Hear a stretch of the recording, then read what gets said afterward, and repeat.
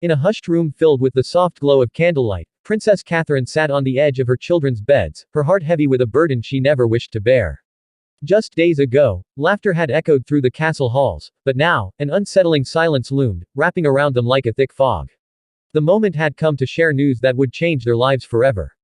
As she looked into the eyes of her beloved children, she struggled to maintain her composure, her voice trembling as she began to speak. The kingdom had been shaken by a sudden upheaval, one that threatened the very foundations of their royal life. A devastating illness had swept through the realm, claiming lives and leaving families shattered. Her husband, the beloved king, had fallen gravely ill, and the doctor's whispers of uncertainty hung in the air like a dark cloud. She knew that her children needed her strength, yet the weight of her own fear made it nearly impossible to hold back her tears. "Your father is very sick," she said, her voice barely above a whisper. The words hung in the air, heavy with the reality they signified. The children looked up at her, confusion and fear etched across their innocent faces.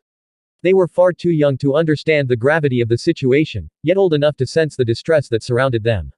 As the young ones began to ask questions, their innocent inquiries pierced through her heart. "Will he get better? When can we see him?" Each question was like a dagger, reminding her of the uncertainty that lay ahead. Princess Catherine swallowed hard, forcing back the tears that threatened to spill over. She had always been their pillar of strength, a beacon of hope in turbulent times, but now, she felt as vulnerable as they did. In that moment, the princess realized that she had to be both honest and comforting. "We must have faith," she told them, her voice steadier now. "We will fight together, as a family." As she spoke those words, she felt a flicker of hope ignite within her, a reminder that love and unity could overcome even the darkest of times. The days that followed were filled with anxious waiting and quiet prayers.